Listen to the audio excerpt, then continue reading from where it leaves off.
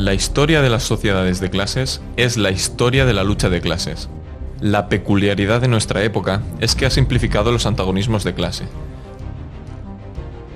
Toda la sociedad está cada vez más dividida en dos campos hostiles enfrentados, la burguesía y el proletariado. El derrocamiento de la burguesía y la victoria de la clase obrera es el único e inevitable camino para la liberación de la humanidad. Sin embargo, para que la clase obrera pueda derrocar el orden burgués de explotación, debe organizarse como fuerza política y conquistar el poder político. La clase obrera, que es una clase internacional que no conoce diferencias de lengua, religión, etnia, sexo o nacionalidad, debe estructurarse no solo en partidos nacionales, sino también como fuerza internacional contra el capitalismo para librar con éxito su lucha. Por eso, el Manifiesto Comunista, escrito por Marx y Engels como programa de la Liga de los Comunistas, en un momento en que Europa estaba sacudida por los levantamientos revolucionarios de 1848, terminaba con este llamamiento. Los proletarios no tienen nada que perder en ello salvo sus cadenas. Tienen un mundo que ganar. Proletarios de todos los países, uníos.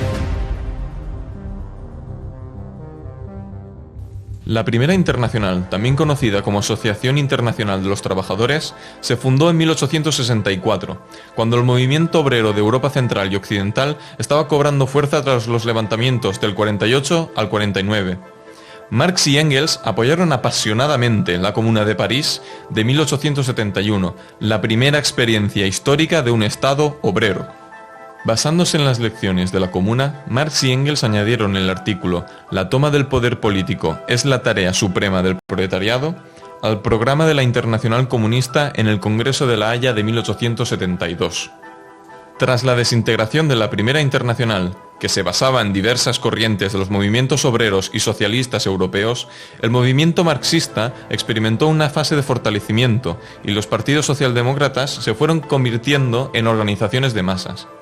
La Segunda Internacional se fundó sobre esta base política cuando los partidos y organizaciones marxistas convocaron el Congreso Internacional del Trabajo en París en 1889.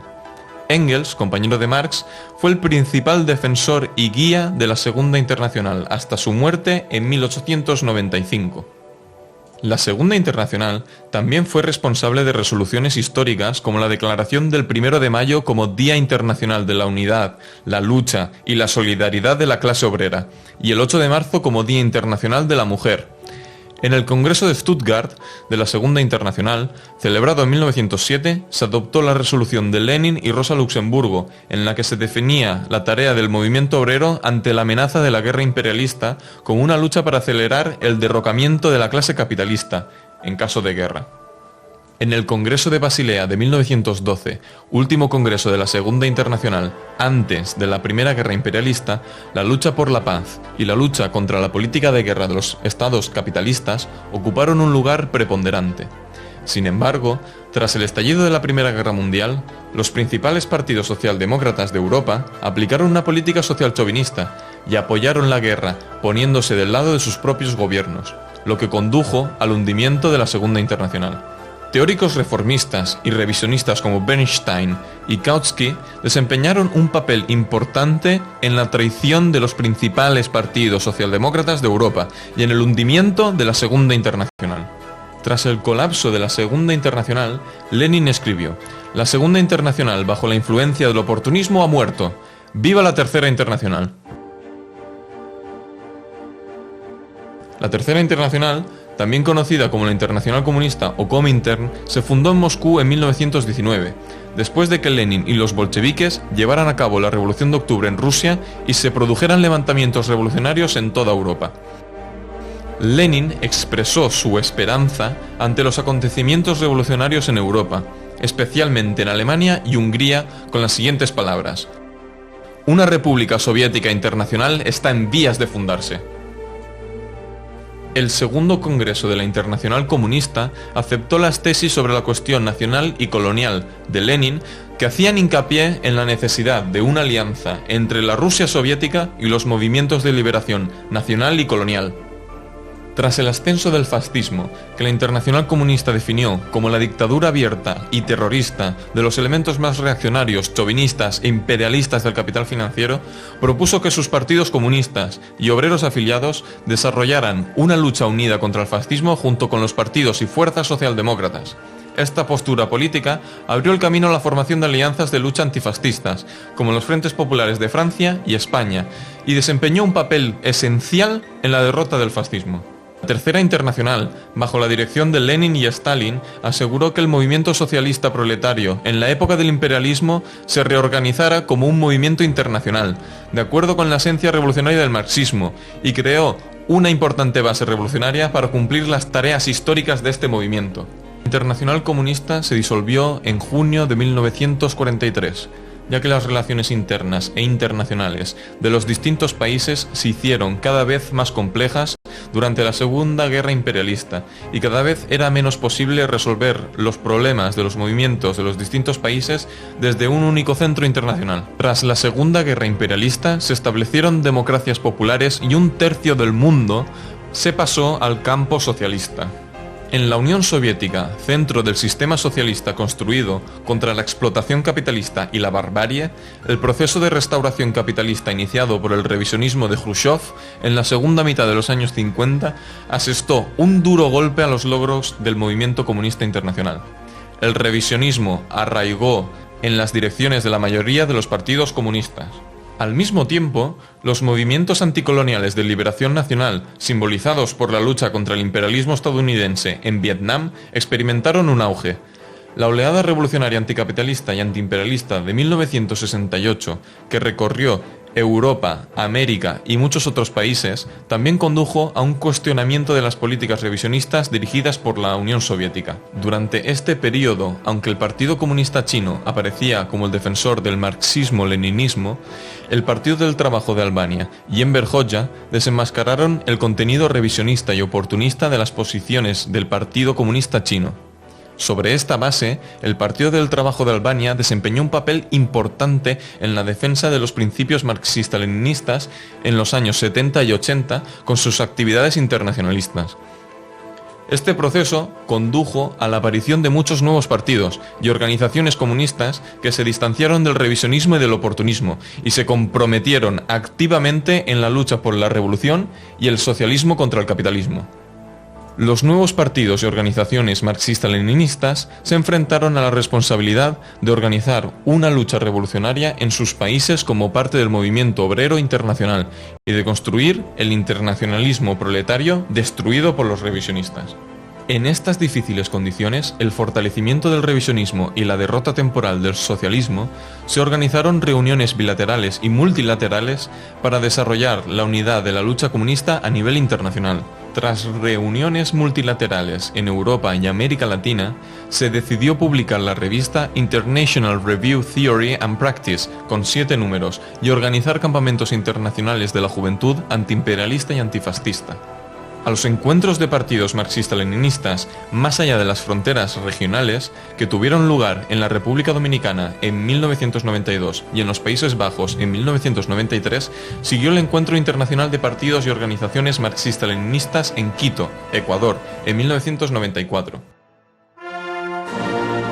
En la reunión de Quito se decidió la fundación de la Conferencia Internacional de Partidos y Organizaciones Marxista-Leninistas, CIPO-ML, la publicación de la revista Unidad y Lucha, la continuación de los campamentos juveniles internacionales y la confirmación de la Declaración Comunista de Quito como documento ideológico y político de referencia, marcando el inicio de una nueva era en el movimiento marxista-leninista internacional. La CIPO-ML, cuyo 30 aniversario celebramos hoy, se ha convertido en un importante centro para la conexión ideológica, política y organizativa de los partidos y organizaciones marxista-leninistas a nivel internacional y para la expansión de la lucha de la liberación de la sociedad sobre esta base.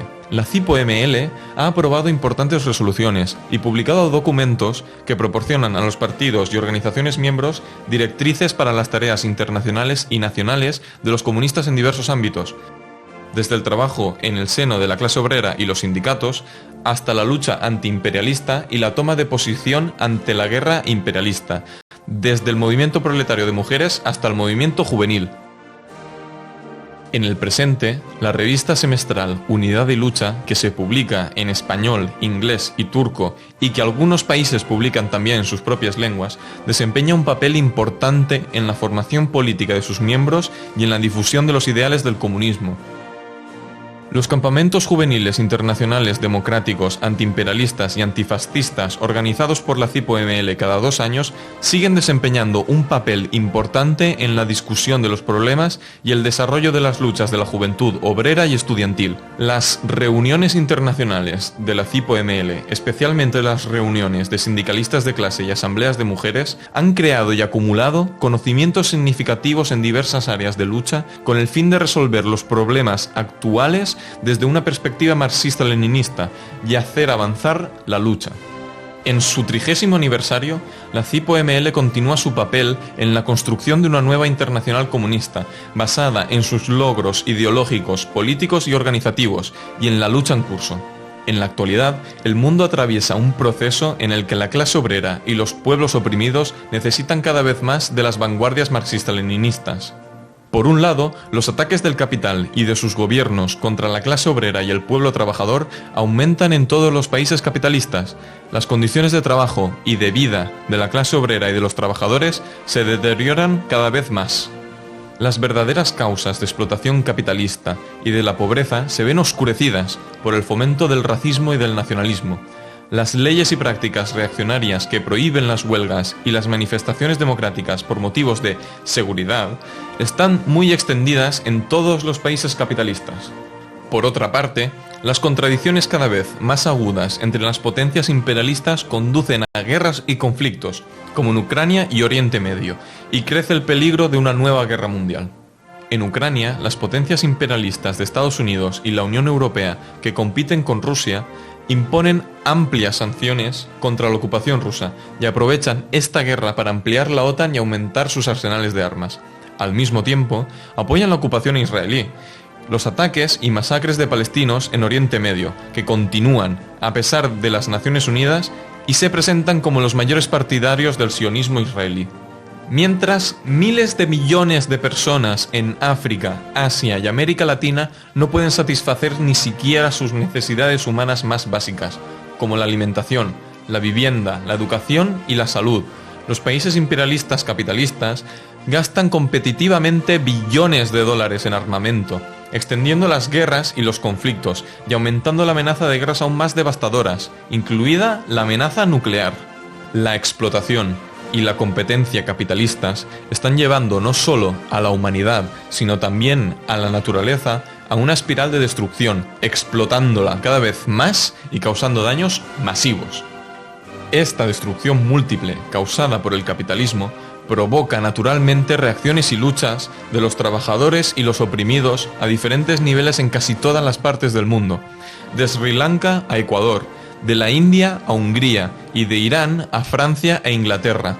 Se extienden levantamientos, huelgas y protestas contra la explotación, las condiciones sociales y económicas, el coste de la vida y la opresión. Si bien la falta de una dirección comunista revolucionaria resulta ser la mayor debilidad de estos movimientos obreros y populares, esta situación también muestra la tarea histórica y la responsabilidad de los partidos y organizaciones que forman la CIPO-ML. Desde el surgimiento del capitalismo, la humanidad ha experimentado una y otra vez la verdad, socialismo o barbarie. Desde los años 90, cuando la Unión Soviética se integró plenamente en el mundo capitalista y se disolvió, se declaró la muerte del socialismo y se proclamó la victoria final del capitalismo. Esto condujo a un declive ideológico tanto de las amplias masas como entre las organizaciones de izquierda y socialistas. Sin embargo, los acontecimientos de los últimos 30 años han confirmado una vez más que la salvación de la humanidad y de la naturaleza del capitalismo, cuya existencia produce necesariamente la explotación sistemática, la desigualdad, la guerra, la división y la enemistad entre los pueblos del mundo, solo es posible a través del socialismo. La medida en que el socialismo, que representa un mundo sin clases, sin explotación y sin guerra, deje de ser una mera esperanza y se convierta en una realidad concreta, depende de la medida en que el socialismo, que hoy encuentra su expresión en la lucha y el programa organizativo de los partidos de la CIPO-ML, arraigue en la clase obrera y los pueblos trabajadores.